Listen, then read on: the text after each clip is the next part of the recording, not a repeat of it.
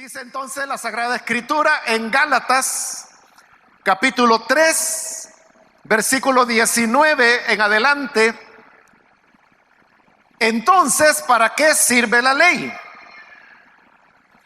Fue añadida a causa de las transgresiones, hasta que viniese la simiente a quien fue hecha la promesa, y fue ordenada por medio de ángeles en mano de un mediador.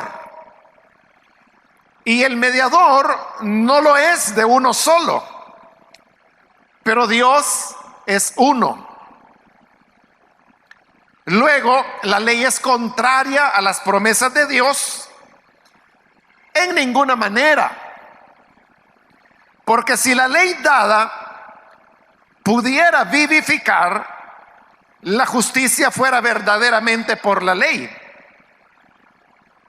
Mas la Escritura lo encerró todo bajo pecado, para que la promesa que es por la fe en Jesucristo fuese dada a los creyentes.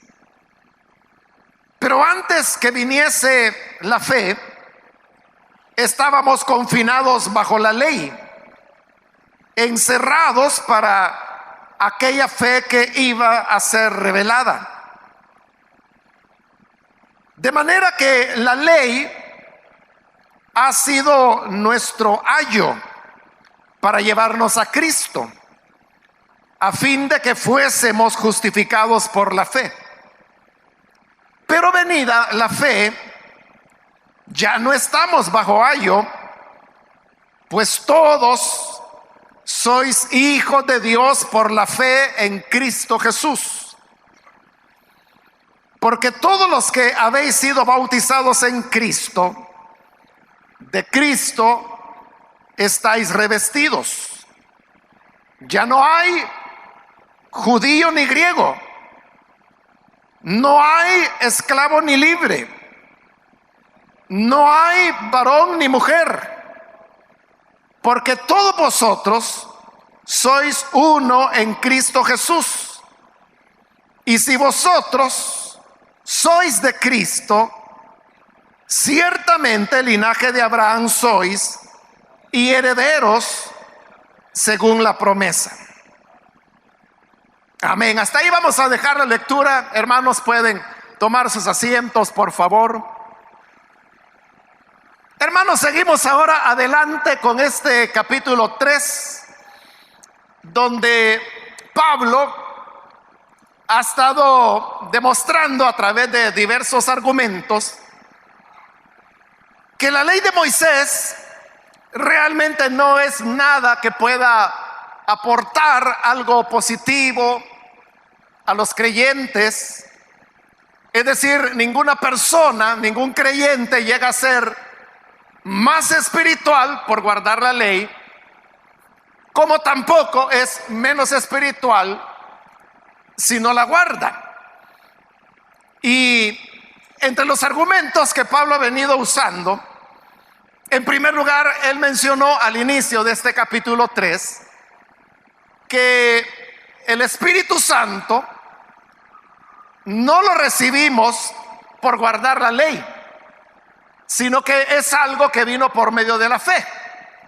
Se recordará de las preguntas, porque 2 veces que Pablo le hizo a los Gálatas: ¿recibisteis el Espíritu por las obras de la ley o por el oír con fe?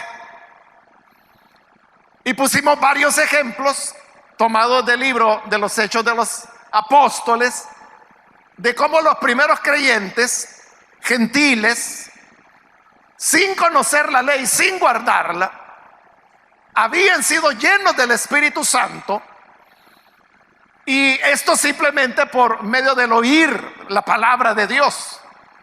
Es decir, que el Espíritu Santo lo recibimos no porque seamos observadores meticulosos de la ley, sino simplemente porque creímos por la fe en el Evangelio, en nuestro Señor Jesucristo. Y en la última oportunidad, hermanos, estuvimos viendo el argumento de Pablo cuando él decía que la promesa le había sido hecha a Abraham no por las obras de la ley, sino por el creer con fe. Es decir, Abraham no pudo guardar la ley porque, como lo vimos la vez anterior, Pablo dice que la ley fue dada 430 años después de la promesa. Entonces era imposible que Abraham guardara algo que no existía, que faltaban más de 400 años para que fuera dada. Pero a Abraham se le dio una promesa, y la promesa, dice Pablo, que le fue dada a él y a su simiente. Entonces viene Pablo y él llama la atención para que nos fijemos en que allí en el libro de Génesis el Señor no dijo, o la palabra no dice, de que la promesa le fue dada a Abraham y a sus simientes en plural, sino que dice a Abraham y a su simiente en singular. Y de ahí Pablo dice que está hablando de una simiente, es decir, de un hijo. Y ese hijo de Abraham es el Señor Jesús, quien viene a ser el heredero de las promesas. Entonces, si la promesa le fue dada a Abraham por medio de la fe, pero ya la palabra decía que era para él y para su hijo, para Jesús, entonces significa que esa salvación por medio de la fe que le fue otorgada y prometida a Abraham es algo que, por decirlo así, lo heredó el Señor Jesús. De manera que nuestra relación con Él, la manera de establecer comunión con el Hijo de Abraham, que es el Señor Jesús, es también por medio de la fe. Esa promesa que el Señor le hizo a Abraham, explica Pablo que es una palabra que Dios empeñó con Abraham. Y nosotros sabemos que cuando Dios promete algo, dice algo, esa es, hermanos, una palabra en la cual podemos confiar, porque Dios no está jugando, y Dios también no va a estar cambiando los términos de las promesas que Él da. Uno no puede pensar de una persona seria que en un momento ofrezca algo o prometa algo y que luego no lo cumple, o que a medio camino diga, mire, eso que le dije mejor ya no va a ser lo que dije, sino que lo vamos a hacer de una manera diferente. Entonces digo, eso en una persona seria no ocurre. Y si no ocurre con una persona seria, mucho menos va a ocurrir con Dios, cuya palabra es más firme y es más confiable que la palabra de cualquier ser humano. Por lo tanto, dice Pablo, la ley que fue dada 430 años después de esa promesa, ya no puede invalidar ese acuerdo entre Dios y Abraham, del cual el Señor Jesús es la simiente. Por lo tanto, la ley no le agrega nada a la promesa, no la puede mejorar, pero tampoco la puede invalidar. Entonces, frente a este hecho que Pablo ha venido demostrando en este capítulo 3, más bien son tres hechos. En primer lugar, que el Espíritu Santo no se recibe por las obras de la ley, sino que por el oír con fe. En segundo lugar, que la justificación no viene por medio de la ley, sino que viene igual por medio de la fe. Y en tercer lugar, que es lo que acabo de estar explicando, que la ley en nada altera la promesa que Dios le dio a Abraham y a su simiente, que es el Hijo de Dios. Entonces, si la ley no nos da el Espíritu Santo, no nos da la salvación y tampoco invalida la promesa que es por la fe, entonces la gente puede hacerse una pregunta, y es esta: si la promesa entonces era tan buena y era tan excelente, ¿para qué Dios entregó la ley entonces? Porque la ley no fue un invento del pueblo de Israel o de los hombres, no fue un invento de los fariseos, ni siquiera fue un invento de Moisés. La ley fue dada por el Señor.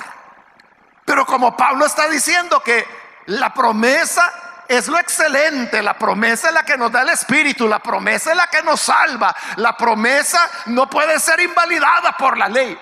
Entonces, si las cosas son así, son tan excelentes, entonces ¿por qué Dios tuvo que añadir la ley?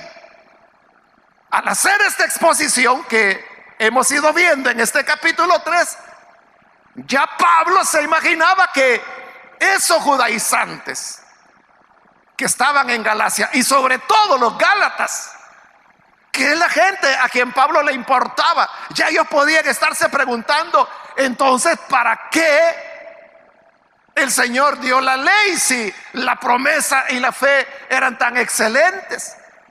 Porque si algo es muy bueno, ¿por qué lo va a cambiar usted por algo inferior? Si algo está funcionando excelentemente, ¿por qué usted lo va a cambiar por algo que no funciona?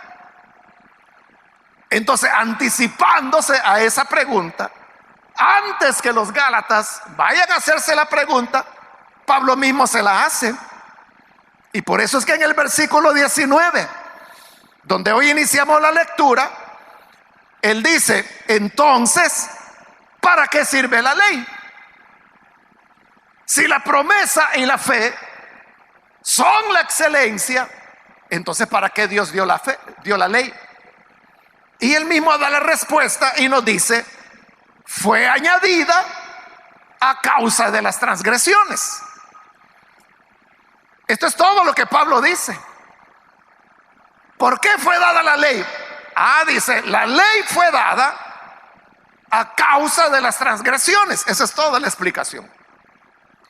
Pero entonces uno puede preguntarse: ¿qué quiere decir Pablo con eso de que Dios dio la ley a causa de las transgresiones, es decir, de los pecados? ¿Qué quiere decir eso? La ventaja, hermanos, es que nosotros tenemos la carta a los romanos, y en el capítulo 5 de la carta a los romanos, Pablo explica más detalladamente lo que aquí le está diciendo a los gálatas en una sola frase.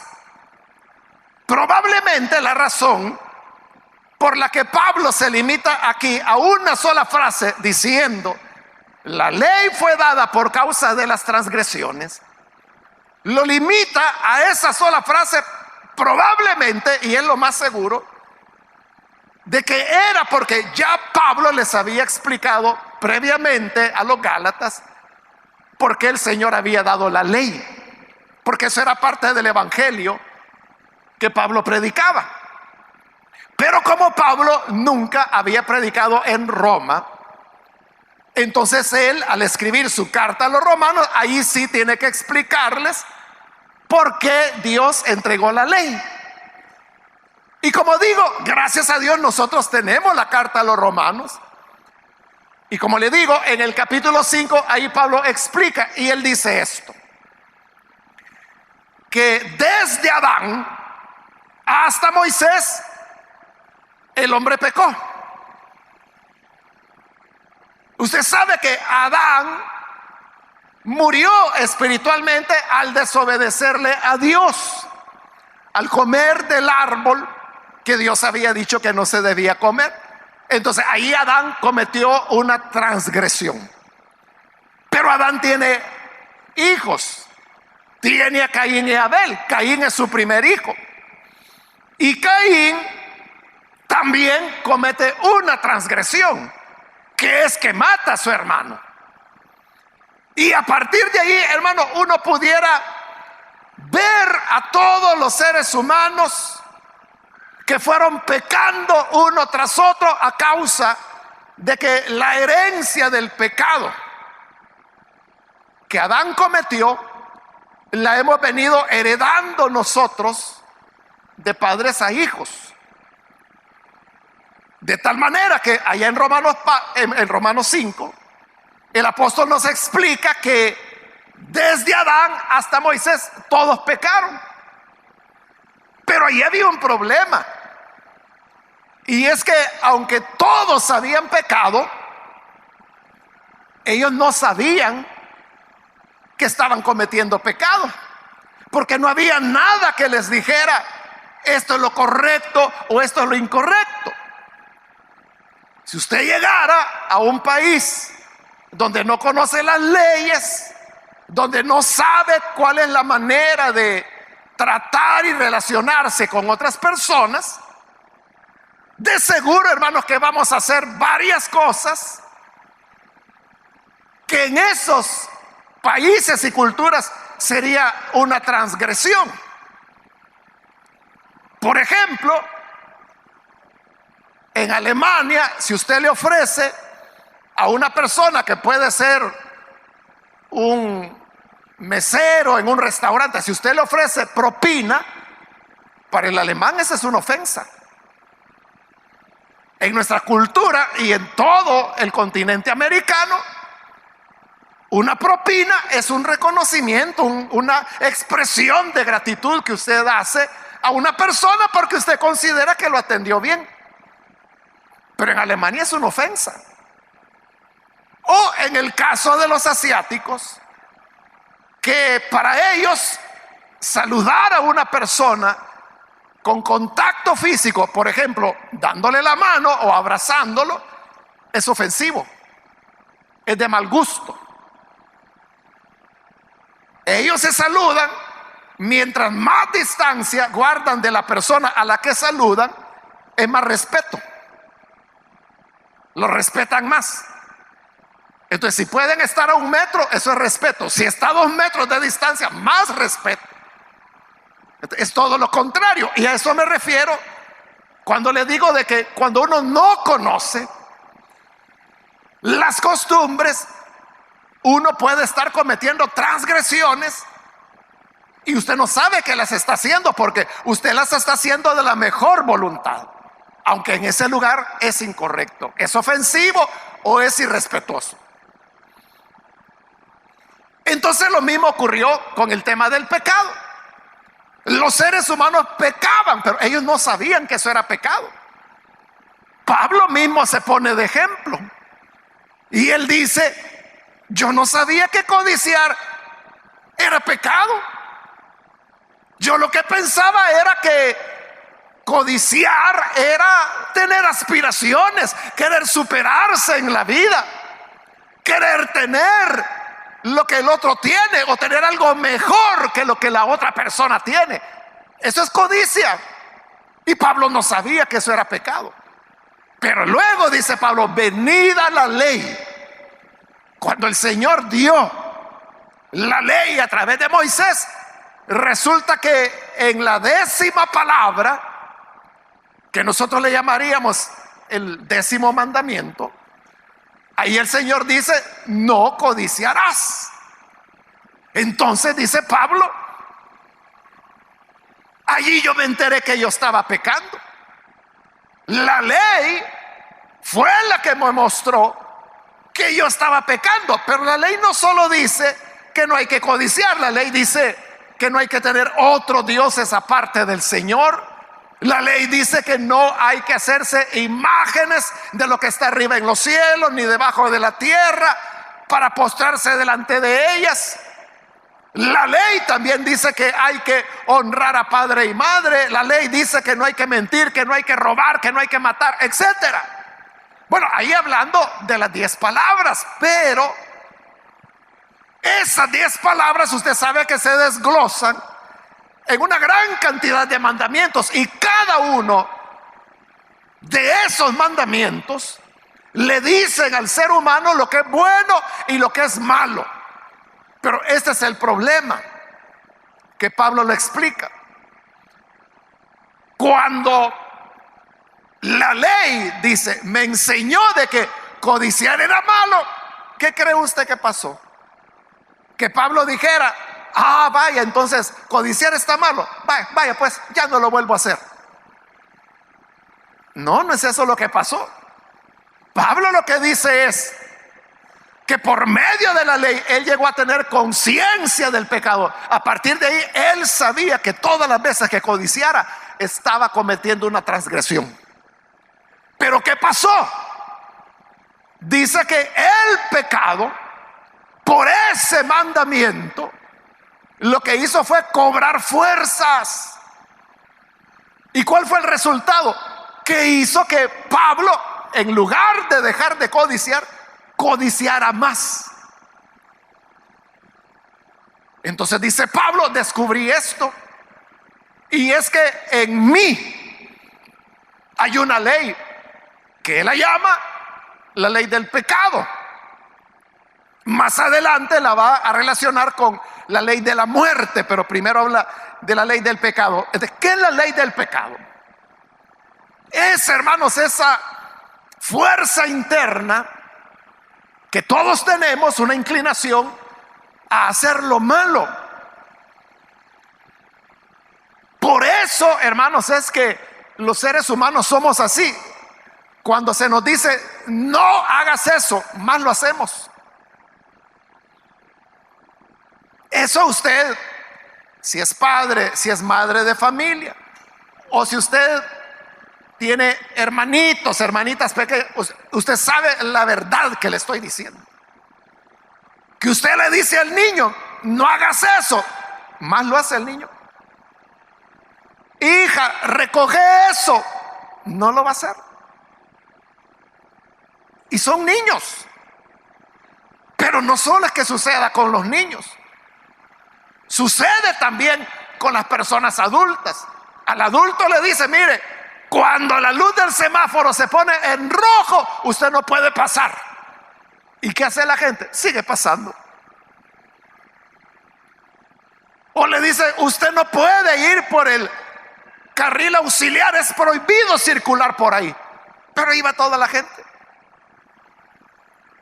O le dicen al peatón, no se puede atravesar una calle sino solamente por una pasarela o donde haya paso peatonal, pero si no lo hay no puede. ¿Y qué hace la gente? Se atraviesa donde quiere y donde pueda.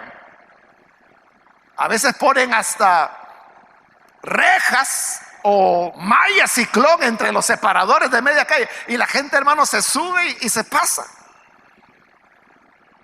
Así es el ser humano. Entonces dice Pablo, por la ley el pecado cobró fuerzas y me mató. ¿Por qué lo mató? Porque ahora él estaba pecando, pero ahora le iba peor, porque lo hacía con conciencia. Antes, cuando él codiciaba, él no sabía que eso era malo, no le afectaba su conciencia ni nada. Pero cuando supo que la ley decía no codiciarás, no es que parara de codiciar, siguió codiciando. Y eso lo carrió a mayor desobediencia. Ya era una transgresión con conocimiento. Y eso lo llevó a morir, porque la paga del pecado es la muerte. Entonces, de nuevo, volviendo a la pregunta, ¿para qué sirve la ley? Responde Pablo, fue añadida a causa de las transgresiones.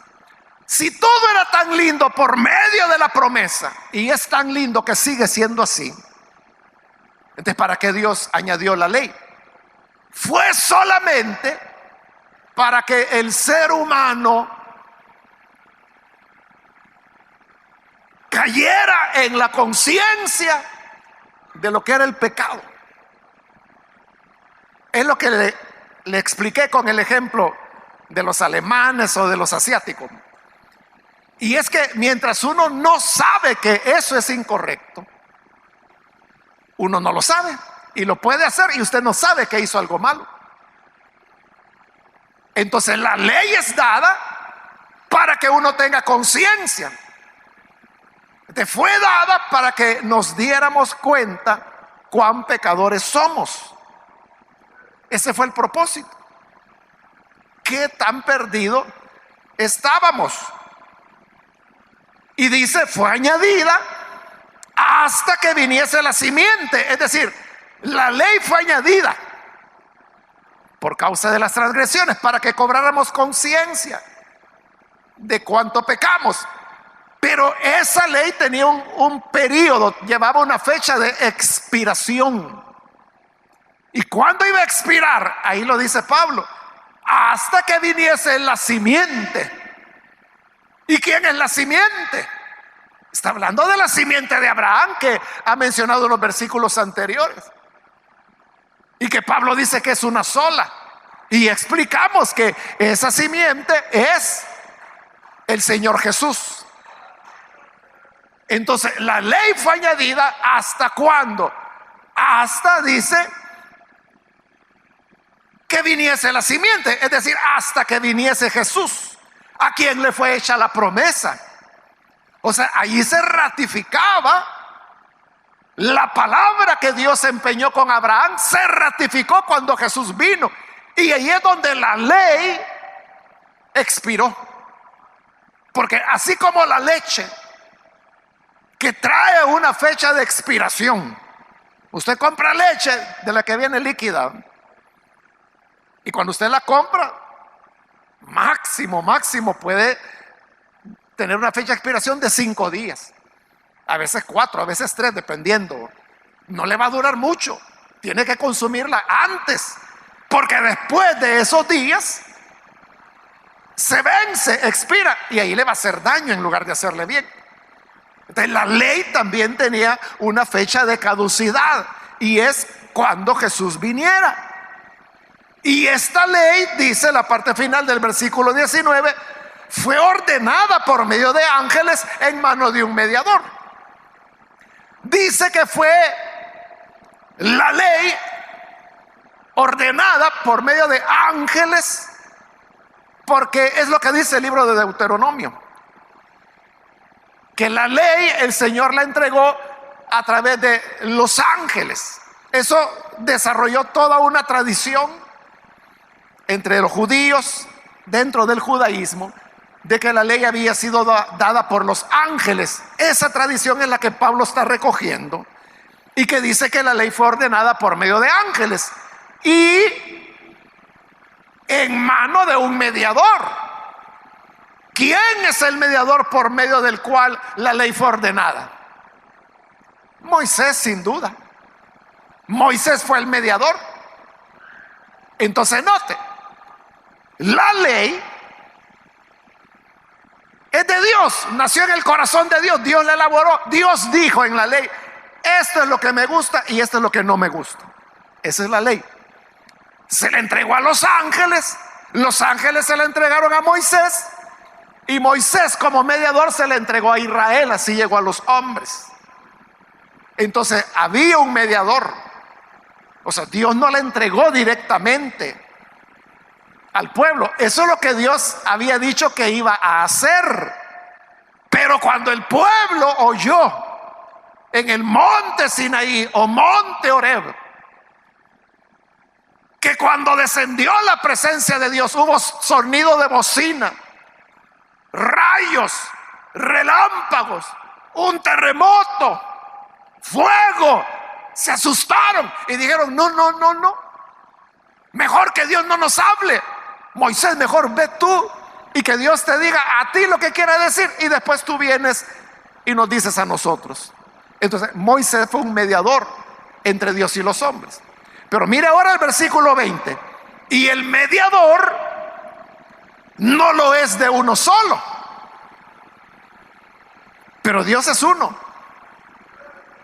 Entonces, como ya se dijo que la ley vino por medio de un mediador, hoy Pablo está aprovechando eso y nos dice que el mediador no lo es de uno solo. Porque yo le pregunto, ¿cuándo es que se necesita un mediador? Un mediador se necesita cuando hay que poner a dos personas de acuerdo, dos personas que están en discusiones o tienen alguna diferencia. Por ejemplo, si hay un problema de dinero, por ejemplo, que este dice que le debe al otro y el otro dice no, yo ya le pagué. Entonces son dos personas que están en contrariedades. ¿Qué hace un mediador? Es una persona que dice, bueno, tranquilos, vamos a arreglar esto. Dígame, cuénteme usted cuál es su versión. Y luego le pregunta al otro, ahora cuénteme usted cuál es su versión. Entonces el mediador hace eso. Media para que las dos personas puedan ponerse de acuerdo. Entonces, si hay un mediador, inmediatamente significa de que hay dos partes. Por eso es que Pablo dice, el mediador no puede ser de uno solo. O sea, nadie, o más bien, no se necesita mediador si solo fuera una parte. Digamos que el problema es que a usted le falta ese dinero. Y viene el mediador y dice, bueno, ¿en qué le puedo ayudar? Pues mire, en que me falta dinero. ¿Y por qué cree que le falta dinero? ¿A alguien le debe o se lo ha quitado? No. ¿Y entonces con quién tiene el problema? Con nadie. Este es un asunto mío. Bueno, entonces usted no me necesita, porque no tiene con quién mediar. Por eso dice, el mediador no es de uno solo, pero dice, Dios es uno. ¿Qué es lo que Pablo quiere decir con esto? De que la ley fue dada por medio de un mediador. Pero Dios es uno. ¿Qué quiere decir con eso? Es lo siguiente, hermano. Que en la ley, si hubo un mediador, porque fue Moisés, ya lo dijimos. Y es así. Dios dijo, vaya, esto es lo que yo quiero. Número uno, no van a tener otros dioses. Número dos, no van a hacerse imagen de nada que haya ni en los cielos ni en la tierra, ni se van a arrodillar delante de ella. Van a honrar a padre y madre. No van a mentir, no van a robar, no van a matar. Entonces, Dios dijo, esto es lo que quiero, lo que a mí me gusta y lo que quiero que hagan. Entonces vino Israel del otro lado, y cuando ellos oyeron esos mandamientos, oyeron esas palabras, ahí lo tiene usted en el libro de Éxodo. Israel respondió, todo lo que el Señor ha dicho, haremos. Eso es lo que ellos dijeron. Todo lo que el Señor ha dicho, haremos. Nunca lo hicieron, hermano. Pero por lo menos eso es lo que dijeron.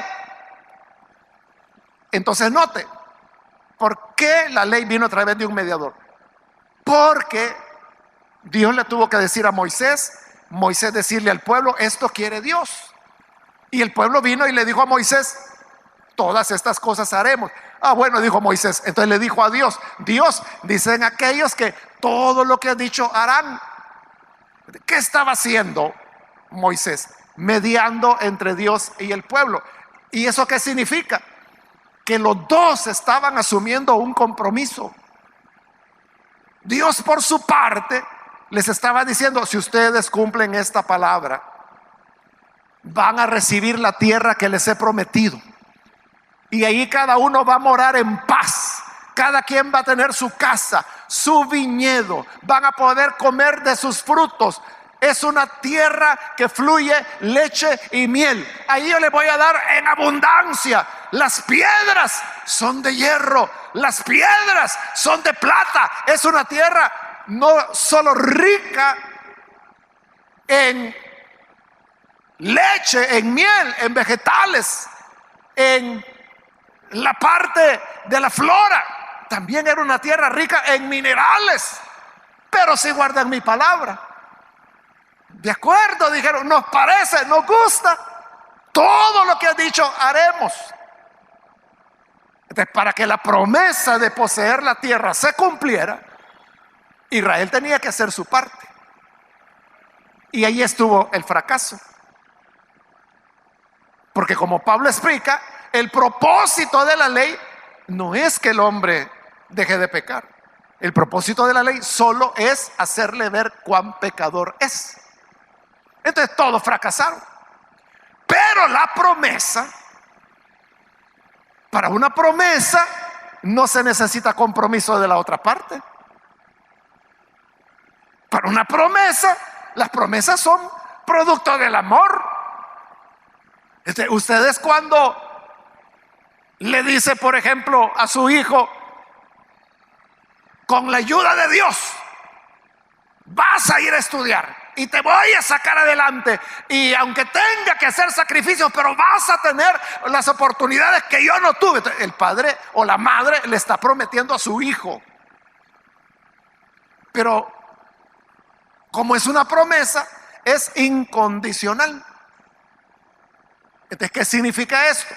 Que la promesa dada a Abraham, que también es la promesa para su hijo, es incondicional. Por eso es que la fe funciona y la ley no. Porque en la ley depende de lo que tú puedes hacer, de lo que tú puedas guardar, de que si eres obediente o no eres obediente. En cambio, la promesa es que le creas a Dios lo que Él está diciendo. Por eso dice, Dios es uno solo. Y como uno solo que es, Él da la promesa. Entonces las bendiciones de la ley, porque hay bendiciones por cumplir la ley, pero se lo acabo de decir, por cumplir la ley. Y ese es el problema, que el ser humano nunca la cumplió. En cambio, la promesa, como Dios es uno solo, no necesita mediador. Y como único Dios que es, Él dice, la promesa de Abraham: te bendeciré, te multiplicaré, quien te bendiga será bendito, quien te maldiga será maldito. Vas a poseer la tierra y la vas a heredar para siempre. Haré tu descendencia tan numerosa como las arenas del mar, como las estrellas de los cielos. Es una promesa. Y hoy la promesa para nosotros en la simiente es: todo aquel que crea será salvo. Es una promesa. Por lo tanto, no hay contraparte. O sea, en la ley sí, Dios dijo: el que haga estas cosas vivirá. Pero si no las haces, no. En cambio, la promesa es: le regalo la vida. El que en mí cree, aunque esté muerto, vivirá. Yo soy la puerta, el que por mí entrare será salvo. Yo soy el pan que descendió del cielo, el que de mí coma no morirá jamás. Yo soy la luz del mundo, el que me sigue tendrá la luz de la vida. Todas son promesas, promesas. Y Dios es uno solo. Solo debemos creer que Dios no está jugando con nosotros cuando nos da la promesa. Entonces pregunta, como Pablo se va adelantando a las preguntas que sabe que le van a hacer. En el 21, luego, ¿la ley es contraria a las promesas de Dios?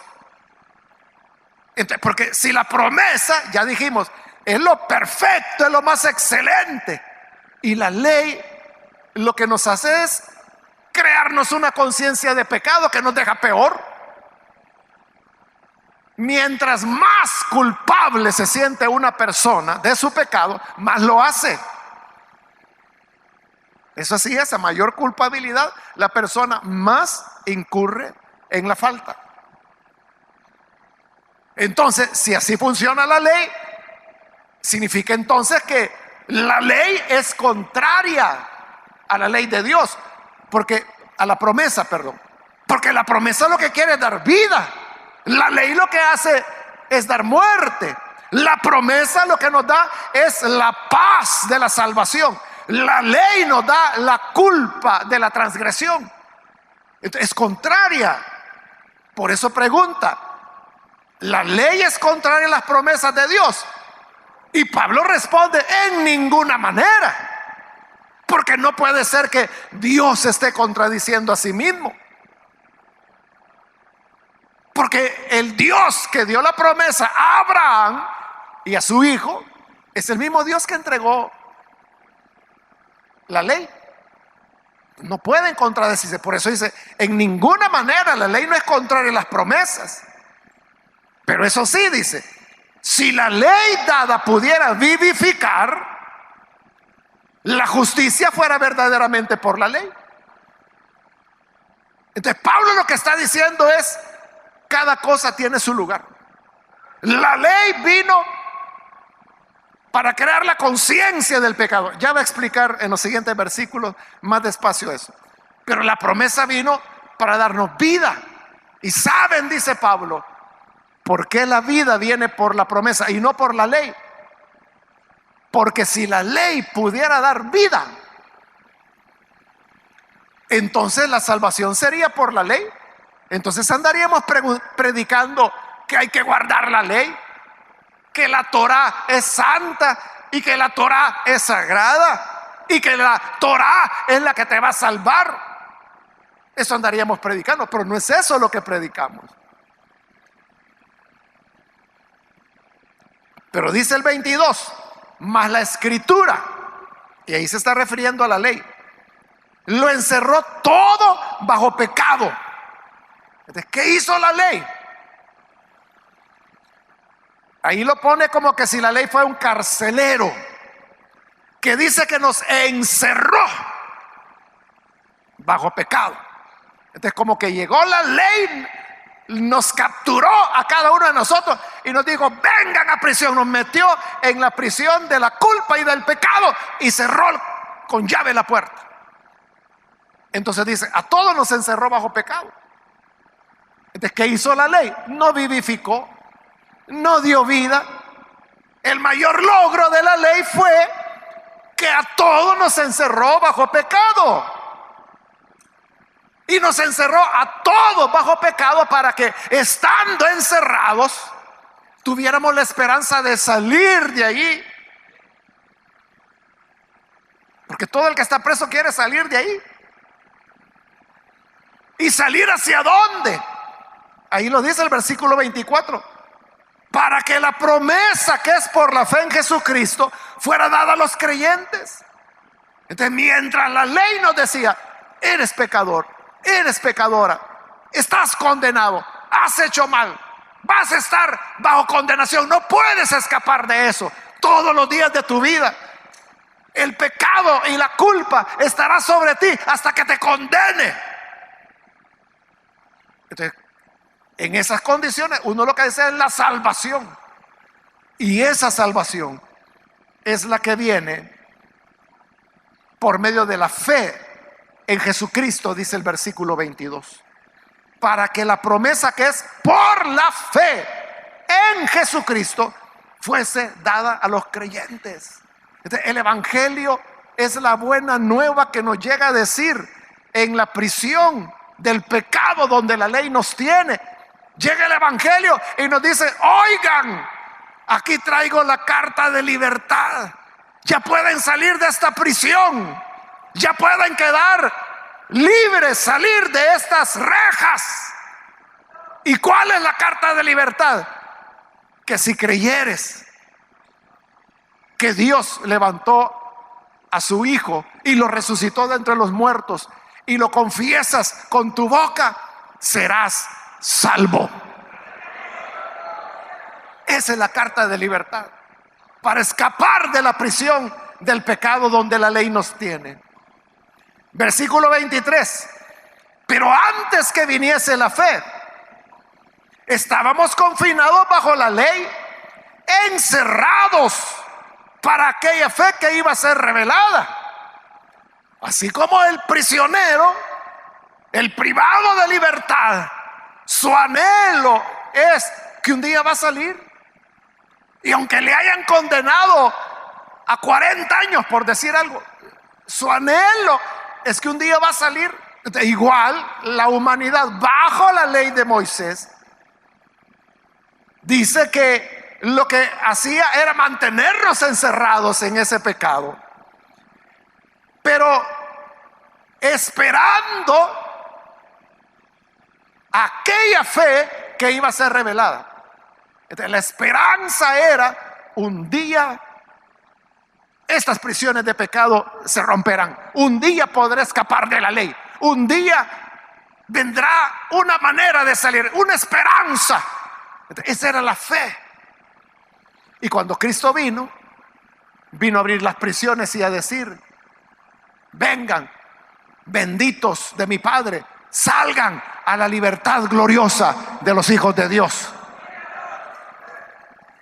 Versículo 24. De manera que la ley ha sido nuestro ayo. Como anteriormente, el mismo Pablo se preguntó, ¿verdad? Entonces la ley es contraria a la promesa. No, no, dijo Pablo, de ninguna manera. Hay un papel que juega la ley y es el que va a explicar ahorita.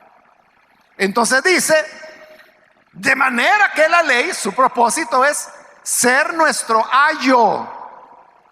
El problema, hermanos y hermanas, es que esa palabra ayo nosotros no la conocemos, ¿verdad? O sea, en nuestra cultura la palabra ayo no se usa. Y en realidad ya casi no se usa en ningún lugar del mundo. Lo que ocurre es que recuerde que Casiodoro de Reina hizo su traducción hace 500 años. Hace 500 años en español se usaba todavía la palabra ayo. Pero entonces, ¿cómo podríamos traducirla hoy? Un ayo, hermanos, quizá lo más cercano es un tutor. Es, como en algunas familias se acostumbra, como la nana. ¿De quién es la nana? Es aquella empleada de confianza que cuida a los niños pequeños de la patrona. Pero como la patrona va a trabajar, entonces la nana es la que se queda, quien los levanta, los baña, les cambia la ropita, les prepara la comida, les da de comer, juega con ellos. Es decir, los cuida hasta que la patrona regrese allá por las 7, 8 de la noche. O 9 o 10, dependiendo a dónde vaya. Y por eso es de que para muchos niños y niñas le tienen más cariño a la nana que a la misma mamá. Porque a la mamá, cuando ella llega, a veces ya están dormidos. Y cuando ella se va, ellos no han despertado. Entonces es la nana la que hace. Entonces, ese papel de la nana, en primer lugar, como le dije, es una doméstica, pero de mucha confianza de la señora, porque le está dejando a sus hijos. La nana cuida, la nana va a aconsejar a esos niños cuando ya van creciendo, les va a ayudar con sus tareas. Entonces, eso era exactamente lo que ocurría en el mundo grecorromano, que era donde vivían los gálatas y a quienes Pablo está escribiendo, con esta diferencia, que ahí lo que se acostumbraba es que eran hombres y no mujeres. Los tutores eran hombres, no mujeres. ¿Y quiénes eran estos tutores? Igual, eran esclavos. Lo que ocurre, hermanos, es que nosotros, por películas y todo eso, tenemos la idea que los esclavos son aquellos que andan todos sucios, que los azotan, que andan arrastrando cadenas. Es cierto que había ese tipo de esclavos, pero había otro tipo de esclavos, como José, por ejemplo, en Egipto. O sea, José fue un esclavo, pero no andaba cadenas, ni andaba sucio, ni andaba partiendo leña,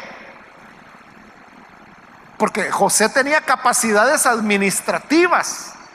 Entonces, habían esclavos, como otras veces le he explicado, que podían ser médicos, podían ser poetas, podían ser escultores, podían ser historiadores, como Josefo, que era esclavo de Flavio, y es un gran historiador. O sea, por él tenemos las grandes obras que él escribió, de varios tomos. Entonces los tutores,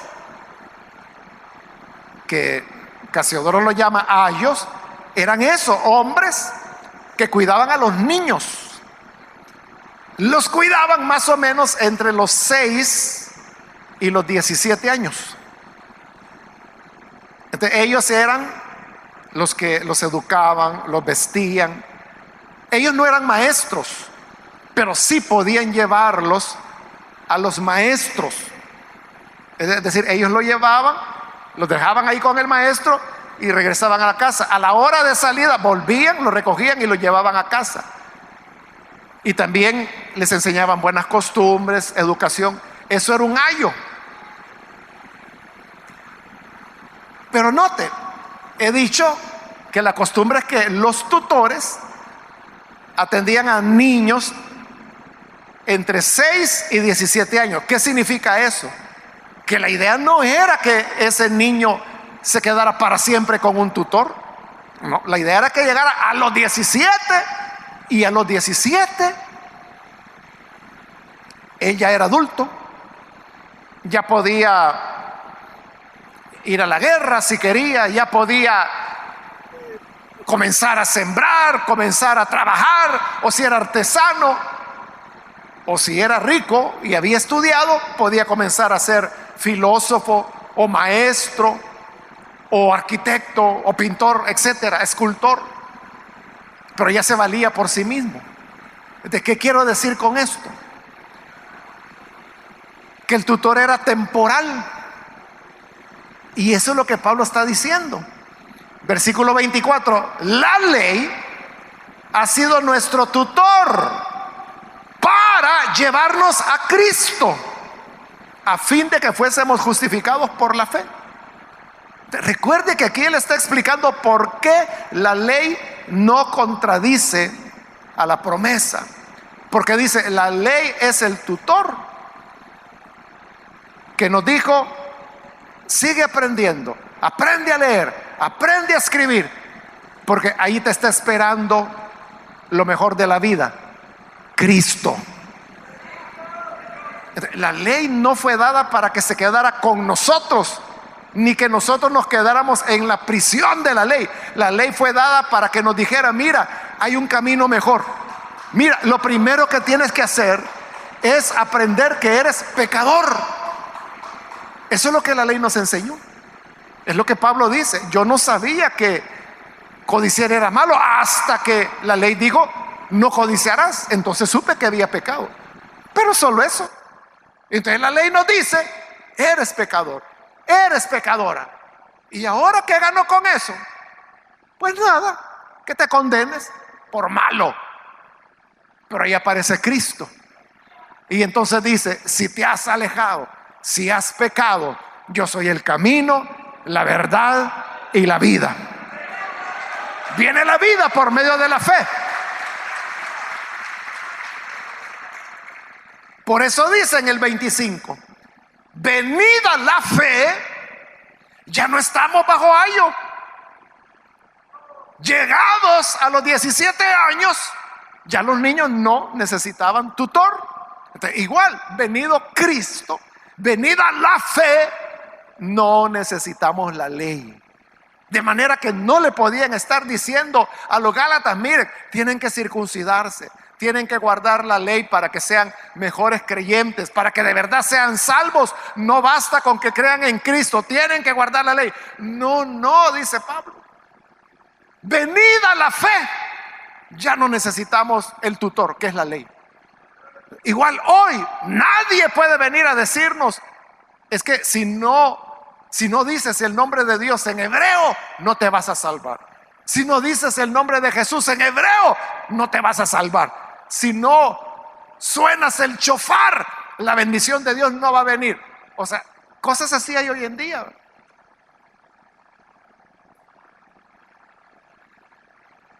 Recuerdo un hermano que contaba que fue a Israel y que allá en una sinagoga le permitieron sostener por un rato el rollo, porque el judío todavía usa los rollos de la ley, los rollos de la Torah. Entonces le permitieron a él, es un privilegio que los judíos no se lo dan prácticamente a ningún gentil, pero a este hermano se lo dieron.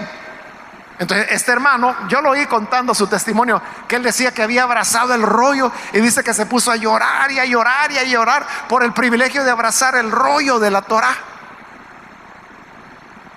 Hermano, nosotros no abrazamos la Torah, nosotros lo que abrazamos es el mismo cuerpo del Señor Jesucristo, que fue entregado. ¿Cómo va a ser que vamos a estar llorando por un rollo de cuero cuando podemos abrazar al mismo Hijo de Dios? Por eso es que Pablo dice: venida la fe. Ya no necesitamos la Torah, ya no necesitamos andar orando por cueros viejos, enrollados. Si tenemos la realidad, tenemos al Espíritu Santo morando dentro de nosotros. Versículo 26: pues todos sois hijos de Dios por la fe en Cristo Jesús. Fíjese, hijos de Dios por la fe. Todos dice, y cuando dice todos, se está refiriendo que gentiles y judíos. Aquí no se trata de decir, es que la iglesia es el nuevo Israel. Que Dios nos libre de ser el nuevo Israel, porque entonces estaríamos tan perdidos como Israel. Gracias a Dios que no somos Israel. Gracias a Dios que somos la iglesia, la esposa del Cordero. Amén.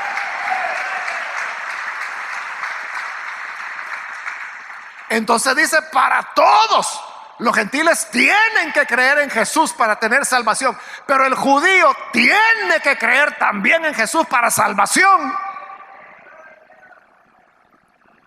Versículo 27: porque todos los que habéis sido bautizados en Cristo, de Cristo estáis revestidos. La palabra bautizar en griego proviene de una raíz que es la raíz bapto. Entonces, bapto significa sumergir y también puede significar teñir, porque cuando usted va a teñir una tela, lo que hace es que la sumerge dentro del tinte, ¿verdad? Entonces, si usted toma tela de manta, que es entre blanca y amarillenta, ¿verdad?, y la sumerge en un tinte verde, digamos, cuando la saca, después de que usted la hundió, en griego sería bapto. Podríamos decir cuando usted bautizó esa manta dentro del tinte y la levanta con otro color ya. A eso es a lo que se refiere Pablo cuando dice: todos los que habéis sido bautizados en Cristo, de Cristo estáis revestidos, de Cristo estamos teñidos. Cuando por la fe creímos y nos bautizamos, al ser bautizados y levantarnos del agua, tenemos la imagen de Cristo. Entonces ahí no importa si tú eres judío, si naciste allá en Israel, o si naciste en el valle de Jericó, o si naciste ¿en dónde, hermano? En el cantón Potrero de Mulas, allá por Usulután. No importa, porque siendo bautizados todos tenemos la imagen de Cristo. Es decir, Cristo quita las barreras, quita las fronteras, y por eso es que a continuación dice, versículo 28: ya no hay judío ni griego, ya no hay diferencia.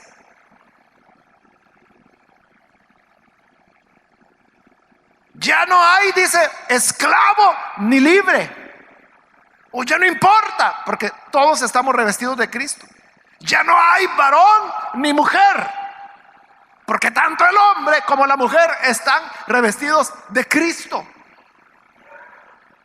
Porque todos vosotros, dice, sois uno en Cristo Jesús. Entonces, Cuando le digan, mire, fíjese que ese señor es judío. Dice usted, judío. ¿Y qué? Usted puede decir, yo soy de Soyapango, ¿y qué? O sea, ¿cuál es la diferencia? ¿Qué tiene el judío que usted no tenga? Si él está bautizado en Cristo y usted está bautizado en Cristo, los dos están revestidos de Jesús. No hay diferencia ya. Igual dice, no hay diferencia entre el esclavo y el amo. Y así les toca a muchos acá, hermanos, que el jefe con el cual usted trabaja, allá en el trabajo es su jefe. Pero sucede que usted, que es el empleado, aquí es diácono y el jefe todavía no tiene privilegios. Entonces, usted que es aquí diácono, usted le dice, venga por acá, jefecito, aquí se va a sentar. Y su jefecito, bien obediente, le hace caso. Entonces, se invirtieron los papeles. ¿Por qué? Porque aquí la relación, aquí no es, bueno, los jefes y jefas, por favor, en las primeras sillas. Los empleados en medio. El ordenanza más atrasito. Y los que hacen la limpieza en estas empresas de estos hermanos, por favor, en la última fila. No se hacen estas diferencias. Porque dice, en Cristo ustedes son uno. Y lo mismo dice entre hombre y mujer. No hay diferencia. Porque todos están revestidos de Cristo. El mismo Dios que le da dones al hombre es el Dios que le da dones a la mujer. El Dios que puede usar al hombre es el Dios que usa a la mujer. Así como Jesús tuvo discípulos, Jesús tuvo discípulas. Algo que era inusitado porque era una época en la cual las mujeres no estudiaban,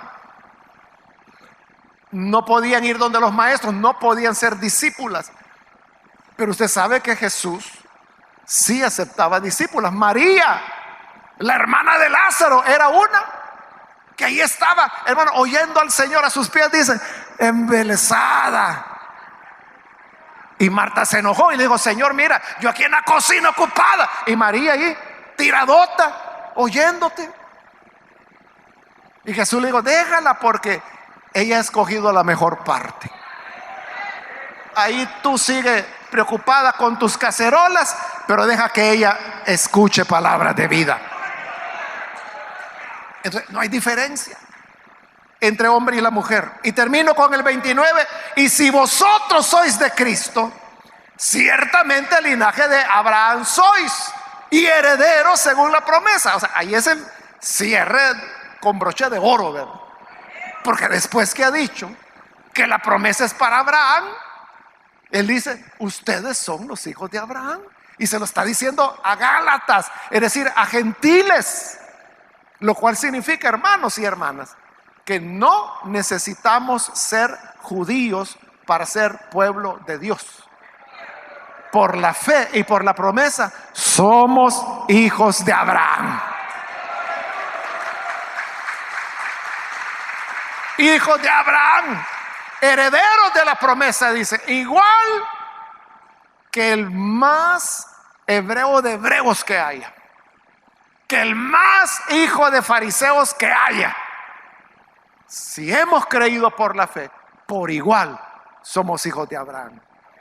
Algunos han dicho que, porque el Señor le dijo las dos cosas a Abraham. Una vez le dijo que su descendencia sería tan numerosa como las arenas del mar. Y en otra ocasión le dijo que su descendencia sería tan numerosa como las estrellas del cielo. Entonces algunos han dicho que las arenas del mar representan a Israel, pero las estrellas del cielo representan a la iglesia. Y el Señor le dijo que ambos eran descendencia de él. Entonces somos hijos de Abraham. Así que hermano, hijo de Abraham. Hermana, la hermana, la hija de Abraham. Todos somos hijos de Abraham e hijas de Abraham, porque no hay diferencia entre hombre y mujer, y porque por la fe todos somos hechos hijos de Abraham y de Dios. Así que, hermanos y hermanas, no nos dejemos arrastrar por fábulas judaizantes que todavía hoy en día hay, y mantengámonos en la libertad con la cual Cristo nos hizo libres por medio de la fe. Amén.